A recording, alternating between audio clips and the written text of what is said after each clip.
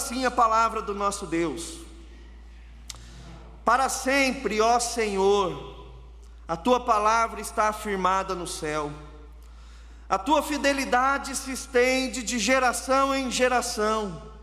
Fundaste a terra e ela permanece. Conforme os teus juízos, assim tudo se mantém até hoje, porque todas as coisas estão ao teu dispor. Se a tua lei não tivesse sido meu prazer, há muito eu teria perecido da minha angústia. Nunca me esquecerei dos teus preceitos, pois é por meio deles que me têm dado vida. Sou teu, salva-me, pois eu busco os teus preceitos. Os ímpios me espreitam para me destruir, mas eu considero os teus caminhos. Tenho visto que toda perfeição tem o seu limite, mas o teu mandamento é ilimitado. Louvado seja Deus pela sua palavra. Mantenha a Bíblia aberta e vamos orar. Senhor, muito obrigado, Pai, pela tua palavra. Obrigado porque nós tivemos já a oportunidade de cantar a tua palavra, de orar a tua palavra, de ler a tua palavra como família. E pedimos que o Senhor ministre o nosso coração através da palavra que será pregada. Tua palavra, Pai, é teu instrumento para nos manter em retidão, manter o nosso coração ajuizado no Senhor. E que o Senhor fale aos nossos corações, Pai, tremendamente nessa noite, como já tem falado. Oramos assim em nome do teu Filho Jesus. Amém. Amém. Irmãos, Salmo 119, ele é muito conhecido de todos nós, talvez por um único motivo: ser o maior salmo de toda a Bíblia. Ser talvez, ou talvez não, mas com certeza o maior capítulo. É porque no livro dos Salmos nós não chamamos os salmos de capítulos, mas é sem dúvida alguma o maior trecho da Bíblia Sagrada condensado em um livro, o Salmo 119. São 176 versículos divididos numa divisão de 22 letras, um acróstico do alfabeto hebraico, em que cada trecho, liderado por uma letra do alfabeto hebraico, possui 8 versículos, onde cada palavra inicial desses versículos iniciam também com a respectiva letra. Então, por exemplo, nós estamos lendo um trecho que se refere à 12ª letra do alfabeto hebraico, Lamed. E cada uma dessas palavras iniciais de cada frase do texto original começa com a letra Lamed. Então nós estamos diante de uma obra única, inspirada pelo Senhor maravilhosamente. Não é apenas um poeta, um músico que escreveu esse salmo, mas João Calvino diz que foi verdadeiramente um profeta inspirado pelo Senhor. E esse salmo que nós acabamos de ler, ou parte dele, o Salmo 119, ele foi escrito no período do exílio. Os irmãos se lembram que o povo de Deus, depois que sai do Egito, eles são constituídos como uma nação. E aí lá em Samuel, então, o povo pede um rei, Deus dá um rei a esse povo. O primeiro deles é Saul. Depois de Saul vem Davi, depois de Davi vem Salomão. O reino se divide em 2 partes, fica o reino do norte, o reino do sul. Os reinos começam a caminhar, os reis desobedecem a Deus. Deus levanta então os profetas anunciam sentença em virtude da desobediência desses reis e do povo. O povo se arrepende, ora não se arrepende. E uma vez que não se arrependeram, Deus manda o juízo. E vem contra o reino do norte, o reino do sul, nações poderosas, Assíria, Babilônia.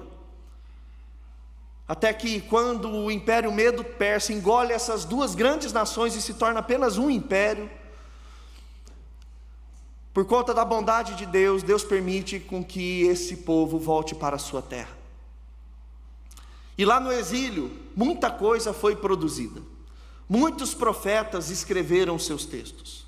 E também muitos salmos foram feitos, inspirados pelo Senhor.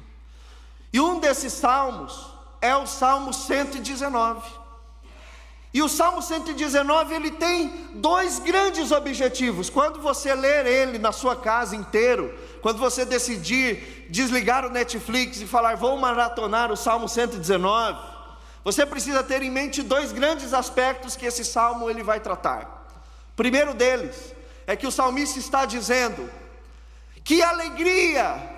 Como eu sou feliz e eu exulto no fato de Deus ter escolhido esse povo pequeno para se revelar como Deus. Então o primeiro aspecto do Salmo 19 é a exultação, é a gratidão do salmista em reconhecer a generosidade de Deus em se revelar para o povo hebreu, através do povo hebreu. Um povo pequeno, duro, que não merecia nada, mas ainda assim Deus decidiu se revelar a esse povo. Não é nada diferente da gente, porque se nós olharmos para dentro do nosso coração e da nossa história, nós vamos ver que também temos uma história terrível.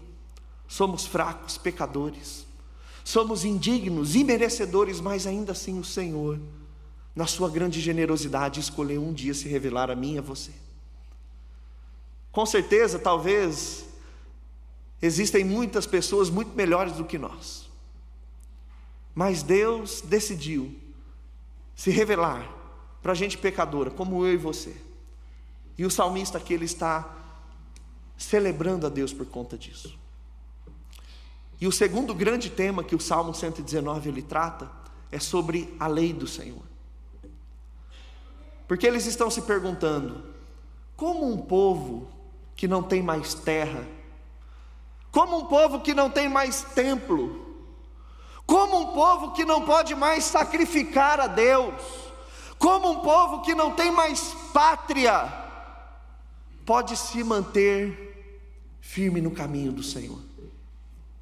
Porque os irmãos se lembram que quando o povo foi para o exílio, o templo foi destruído, os sacrifícios cessaram, já não havia mais o serviço sacerdotal ou levita no templo, eles não tinham mais como servir o Senhor ou adorar a Deus diante das prescrições feitas por Moisés, quando ele recebe a revelação do Senhor. Então eles estão se perguntando: como nós podemos manter o nosso culto a Deus, mesmo sem os nossos elementos de culto? E eles vão responder, o salmista vai responder, o profeta desse salmo vai responder, observando a lei do Senhor, meditando na lei do Senhor. E o Salmo 119, junto com o Salmo 1 e o Salmo 19, são salmos que falam sobre a lei, e eles são conhecidos como salmos da Torá. Justamente por isso, porque a lei é o grande tema desse salmo. E a gente vai ver nesses versos, nos aprofundando a partir do verso 89, o que justamente ele quer dizer com isso. Então o verso de número 89, ele começa dizendo: para sempre, ó Senhor, a tua palavra está firmada no céu. Ele nos remete ao Salmo 19:1, quando diz que os céus proclamam a glória do Senhor e o firmamento o seu poder. Como Deus é eterno, também é eterna a palavra do Senhor. E essa é uma verdade muito significativa e perene para os nossos corações, uma vez que nós vivemos num mundo onde a verdade ela é sempre relativizada. Não é incomum hoje encontrarmos pessoas que colocam descrédito ao texto da palavra do Senhor e às verdades de Deus contidas nas Sagradas Escrituras. E o salmista aqui, ele está sendo muito enfático, dizendo que para sempre, ó Senhor, a tua palavra está firmada no céu. E para nós isso é uma lição muito grande, meus irmãos, porque quando o Senhor nos deu a sua palavra, Ele nos deu a palavra dele com um caráter atemporal, supracultural. Isso significa que quando Deus nos dá a palavra dele, Ele já sabia que essa palavra perduraria por séculos e séculos e séculos. A palavra do Senhor, ela não ficou como uma verdade esquecida num passado muito atrás. Ela continua verdade para todo sempre. Inclusive isso deve servir de alerta para nós, porque é muito comum hoje encontrarmos pessoas que querem dar sentido ao texto bíblico, no qual ele nunca se propôs a ter. É o famoso que não só mas alguns pregadores dizem do atualizar a Bíblia, ou olhar a Bíblia com olhos diferentes a partir da nossa realidade. Isso é um grande perigo, porque mostra que Deus não sabe fazer as coisas que fez. Isso é dizer que Deus não é soberano sobre o tempo, sobre a cultura e sobre a língua. Nós precisamos entender que a palavra do Senhor, ela é supratemporal, ela é a mesma ontem, hoje e permanece para sempre. Assim como a presença do nosso Deus. E uma frase tão simples do Salmo 119, verso 89, já nos mostra uma realidade maravilhosa. A palavra do Senhor, ela não fica resignada a uma língua que já se tornou quase esquecida, ou a uma cultura que já foi ultrapassada, ou a circunstâncias que já não são mais vivenciadas no mundo. A palavra do Senhor, ela continua atual, e continua sendo verdade. A palavra do Senhor, ela estava aqui antes de nós chegarmos, nossa geração, e continuará aqui depois que nós morrermos. Ela foi verdade para as pessoas que viveram no século I, no século V, no 17º, e continuará sendo. Porque é isso que o salmista está dizendo: para sempre, ó Senhor, a tua palavra está firmada no céu. E essa também é uma verdade tão maravilhosa, porque se nós começarmos a examinar as promessas de Deus e a considerarmos semelhantemente aos nossos corações instáveis, nós também pensaremos que ela está pronta para naufragar com os nossos sentimentos. E isso é importante a gente entender. A palavra do Senhor, ela não é verdade ao passo que o nosso coração está animado ou inclinado. Ela continua verdade ainda que o nosso coração seja desencorajado e esteja triste e angustiado. E o salmista, ele faz esse movimento nesse trecho do Salmo. Ele está olhando para a glória de Deus, para a soberania de Deus. Olha o verso 90, ele continua: a tua fidelidade se estende de geração em geração, fundaste a terra e ela permanece. Salmo 90, conhecido como Salmo de Moisés, ele diz: Senhor, tu tens sido o nosso refúgio de geração a geração. E o salmista aqui, ele traz aspectos para nos aproximar desse entendimento, de marcadores que trazem alusão à grandiosidade sapiencial e visível do nosso entendimento, mas ele diz que é muito mais do que isso. Ele está afirmando que a fidelidade do Senhor se estende de geração a geração, ela nunca teve fim. A fidelidade do Senhor, ela não tem prazo de validade, ela não é circunstancial, ela não se move dependendo daquilo que nós sentimos ou fazemos, ela simplesmente está ali, para todo sempre. E aí o salmista, ele fala: fundaste a terra e ela permanece. Ele exemplifica essa fidelidade do Senhor com aquilo que é mais tangível que a gente vê, que são as coisas materiais. Mais uma vez, quando você nasceu, a terra já estava aqui. Quando você morrer, ela continuará aqui. Assim é a palavra do Senhor e a fidelidade dele, de geração a geração. O salmista, nesse momento, ele continua olhando para a glória de Deus, para a soberania de Deus. E o verso 91, conforme os teus juízos, assim tudo se mantém até hoje, porque todas as coisas estão ao teu dispor. Ele está reconhecendo a soberania de Deus, olhando para a obra criada e vê que a organização das coisas, como elas estão, elas sempre se mantiveram assim por conta da soberania de Deus, por causa da glória de Deus. Deus não é apenas uma invenção da cabeça do ser humano. Deus, Ele é o mentor de tudo aquilo que é criado, e não só o mentor, mas tudo está ao seu dispor. Deus pode se utilizar daquilo que Ele criou, como bem Ele quiser. Romanos capítulo 9, Paulo ele vai enfatizar isso, que sendo Deus o Criador de todas as coisas, Ele pode dar misericórdia a quem Ele quiser dar misericórdia, porque o Senhor é o Criador, e por ser Criador, tudo está ao dispor. Então o primeiro olhar que o salmista ele faz, é olhar para Deus, olhar para a glória de Deus, olhar para a soberania de Deus. Ele tira o olhar dele mesmo, e ele começa a olhar para quem Deus é.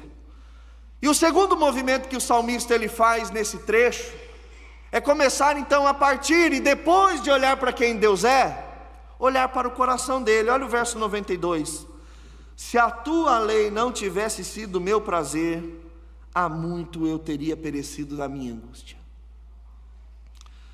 Se a tua lei não fosse o meu prazer, há muito eu teria perecido na minha angústia.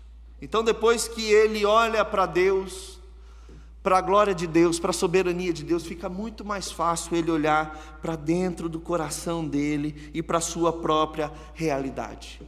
E o salmista, depois que ele olha para Deus, ele está fazendo um movimento claro de reconhecer a sua fragilidade e a inoperância ou a ineficácia das suas competências pessoais. Porque é sempre assim na vida. A gente inverte a lógica das coisas. Nós estamos enfrentando um problema, nós estamos enfrentando uma situação pessoal complicada, difícil, desagradável. Então nós somos jogados no meio do oceano, nas profundezas do mar da nossa angústia, densas trevas. E quando nós estamos lá, no lugar de angústia, de sofrimento, de deserto, a primeira coisa que nós costumamos a fazer é olhar primeiro para as circunstâncias. A segunda coisa é olhar para dentro da gente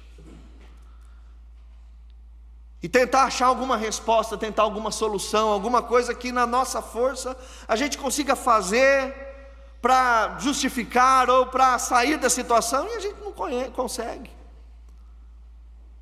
Só então a gente começa a se lembrar do Senhor, a gente começa a se lembrar de Deus. Mas o salmista aqui, ele inverte a ordem das coisas. Diante de uma situação complicada, a primeira coisa que ele faz é olhar para o Senhor. Porque é somente olhando para Deus primeiro, olhando para a grandiosidade de Deus, a soberania de Deus, a glória do Senhor, é que nós temos aí sim confiança para olhar para dentro do nosso coração. E é depois que ele olha para o Senhor que ele consegue fazer essa avaliação. Senhor, se não fosse a tua lei, se ela não tivesse sido o meu prazer, há muito eu teria perecido na minha angústia.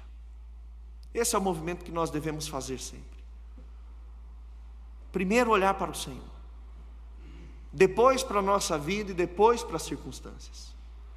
Porque se nós olharmos primeiro para as circunstâncias, para a nossa vida, e deixarmos o Senhor por último, dificilmente teremos um olhar de esperança. E ele reconhece aqui, o salmista, que o melhor tratamento que ele pode fazer é ter o prazer na lei do Senhor. A palavra do Senhor, meus irmãos, é tudo aquilo que nós precisamos. É a âncora segura quando nós estamos navegando por um mar de águas terríveis e turbulentas. E ele continua aqui também no verso 93, nunca me esquecerei dos teus preceitos, pois é por meio deles que me tens dado vida. Quando a gente lê esquecimento nos Salmos, sempre se refere à desobediência. Não é simplesmente não se lembrar. Mas não se lembrar no Salmo significa desobedecer, tomar outro caminho e não a palavra do Senhor. Mas é justamente olhando para o Senhor primeiro que ele consegue organizar os seus pensamentos, e a partir da sombra divina sobre a sua alma, olhar com lucidez e clareza para o seu coração. Nunca me esquecerei dos teus preceitos, pois é por meio deles que tens me dado vida. É assim que nós devemos orar no dia da angústia. É quando primeiro nós vemos Deus, quem Ele é, e a partir dele sim, então a nossa vida é reorganizada, e nós conseguimos ter uma visão clara sobre tudo aquilo que está acontecendo à nossa volta. E aí então, nós já vamos para a parte final desse salmo, onde depois de olhar para Deus, olhar para dentro de si, ele consegue olhar então para as circunstâncias de modo adequado. Verso 94, sou teu, salva-me, pois eu busco os teus preceitos. Os ímpios me espreitam para me destruir, mas eu considero os teus testemunhos.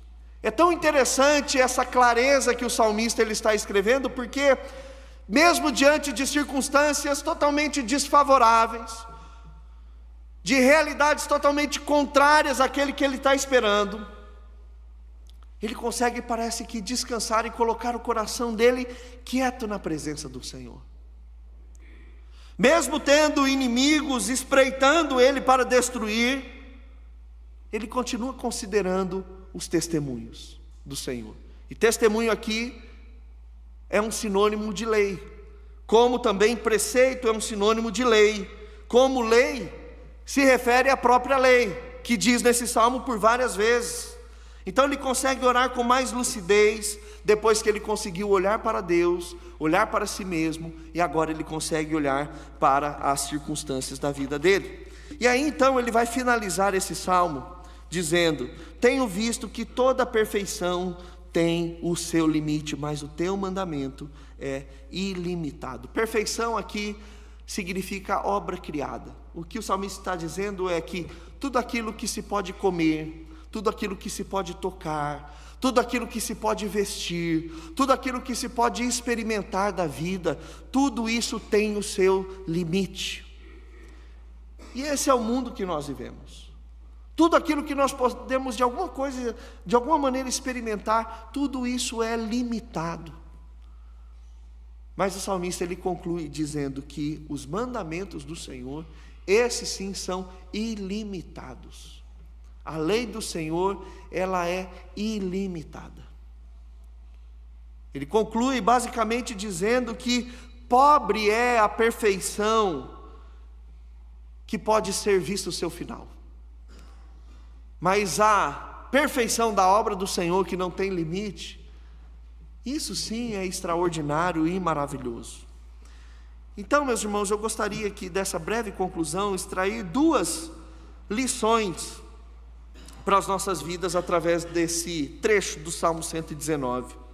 A primeira delas é que nós não podemos, mesmo diante de circunstâncias terríveis, confundir lei com legalismo e abandonar a lei.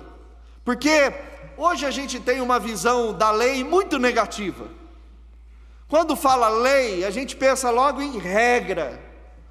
Quando a gente fala em lei, a gente pensa sempre em punição.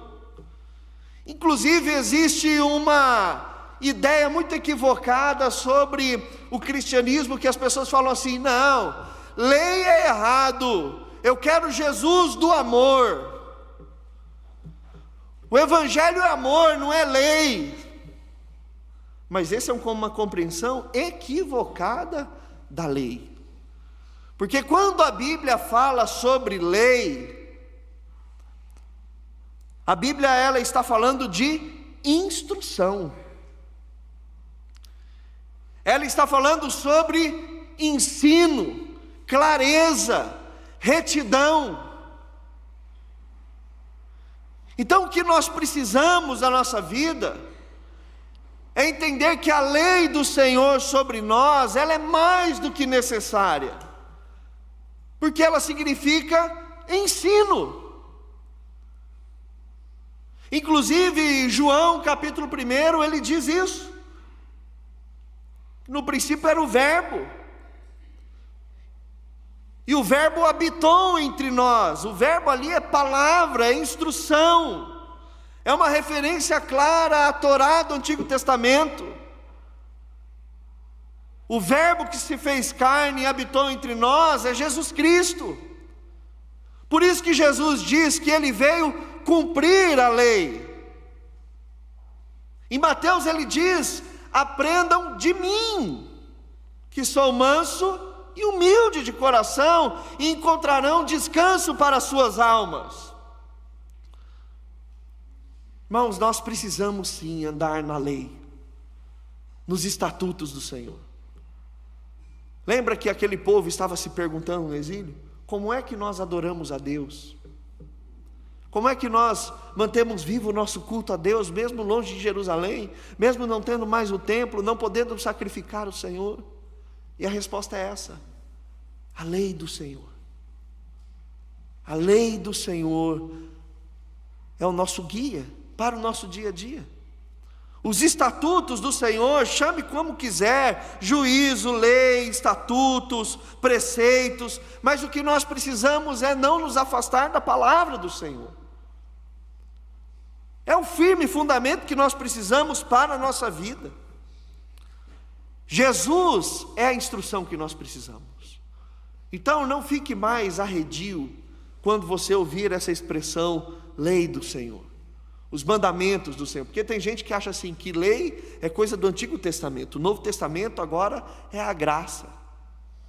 Não, mas uma coisa não é substituta da outra, e uma coisa não é em detrimento da outra. Nós esperamos a graça, mas nós caminhamos nos estatutos do Senhor.